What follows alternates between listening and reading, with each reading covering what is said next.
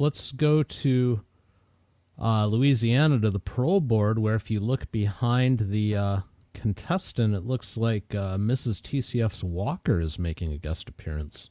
Morning. Our next case will be that of Mr. Buffington. Good morning, Mr. Buffington. Can you speak again? He's kind of hard of hearing. We got his Good morning, Mr. Buffington. Would you introduce yourself to us? Tell us your name and your mailing address. name and your mailing address.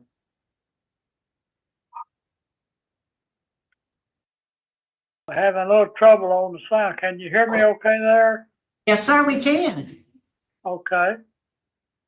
They want your name and your mailing address. My name is Guy Jefferson Buffington Sr. And my mailing address is 103 Port 71106. Thank you, sir. And we see that you have your son, Guy Buffington Jr. with you today. And Mr.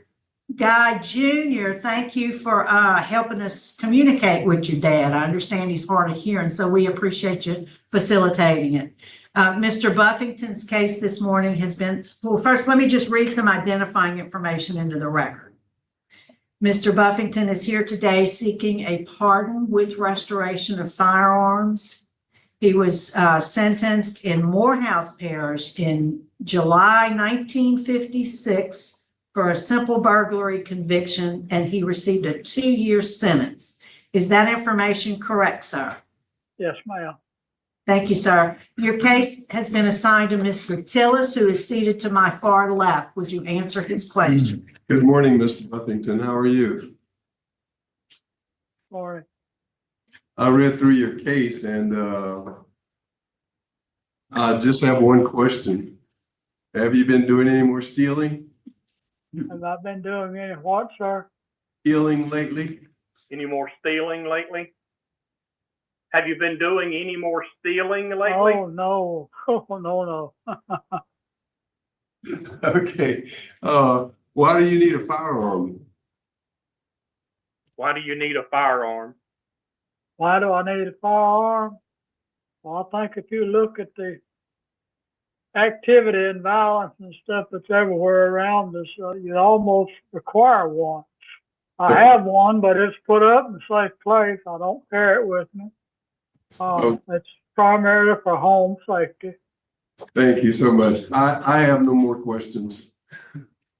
Mr. Guy Jr., what would you like us to know about your dad? Well, not knowing what to expect, if you'll bear with me, I prepared a statement. It's short, but okay. I submitted a letter with the application. Yes. And I'm sure y'all have seen that, and I stand by all that was submitted there. But I wanted to give you a little bit more information today, if I could, and that I've known about this part of my father's life since I was in high school.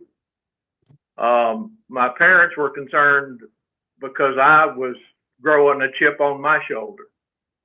I was anxious about my future, what career path might be open to me, popularity I didn't have, money we didn't have, and, you know, looking towards my future, where would I be 5 or 10 or 15 years down the road?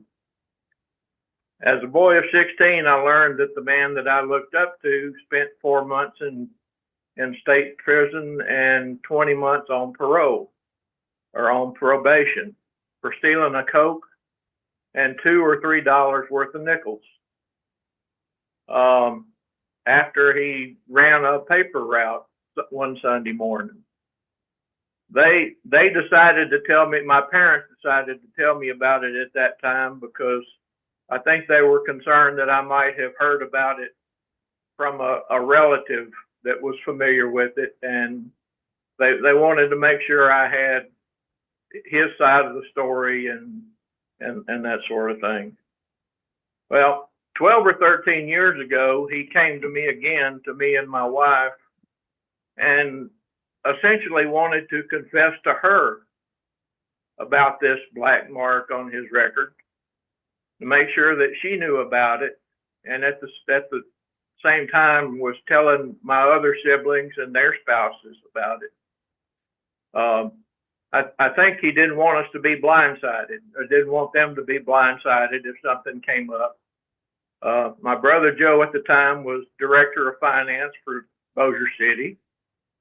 He was dating a long-term friend that was active in politics, and maybe they were concerned about it might be fodder for a mudslinging campaign, although that hardly ever happens in Louisiana politics, but just in case. The point I'm trying to make today is that my father's been ashamed and embarrassed by this part of his life for almost 70 years. And he's done everything in his power to make it right by being a good man, a good Christian, a good husband, a good father, a good employee, a good grandfather, and a good citizen ever since he was released from Angola in November of 1956. But the Bible teaches us that you can't earn forgiveness. It's a gift that must be given or granted. In my opinion, one way to gauge a man's character, since his character is at question today, or part of this exercise, is by looking at their children and their children's children to see what principles were taught and reinforced. And I can tell you that the successes we have had, that we have enjoyed, came from hard work, honesty, respect for other people, honoring God, helping others, all which came from his example and my mother's example and their training and their leadership. In preparation for this, for some reason, I thought about The Scarlet Letter, a novel by Nathaniel Hawthorne that I read in high school. Sure, most of you've read it, but let me summarize it briefly in that it's a story about a young woman who had an affair and bore a child. She was married at the time, and so was her partner in crime, so to speak. She refused to identify her partner in the affair, but as her punishment, she was forced to wear a scarlet A on her clothing to let everyone know that she was an adulterer. Much later in the book, we found out that he was a prominent person in the community. She took all the blame. She carried all the embarrassment and ridicule and spent the rest of her life seeking redemption.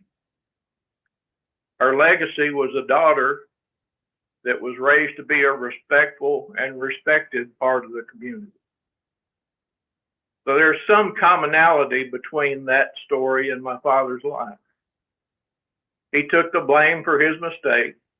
He carried the embarrassment and raised his family to be respectful and respected contributors in their communities.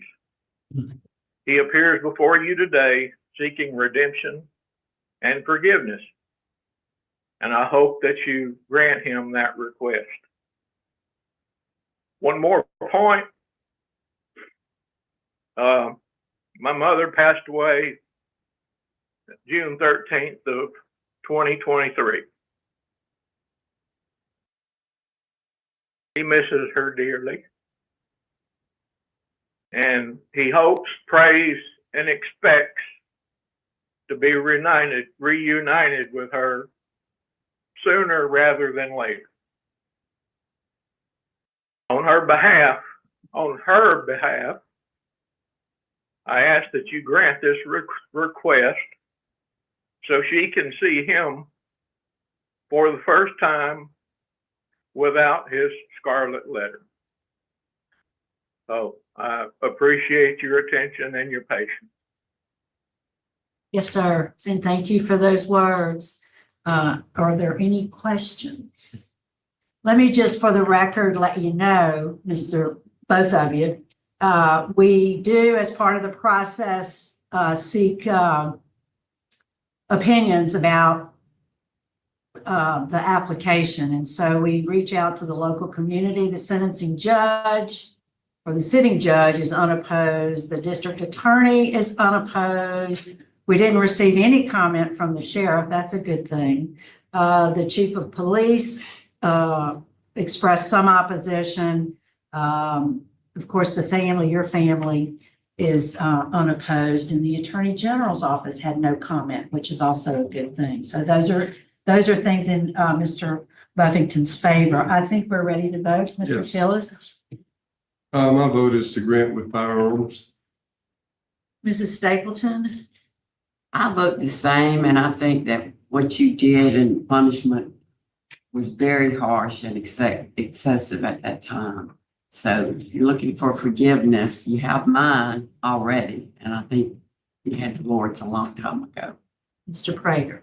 Grant.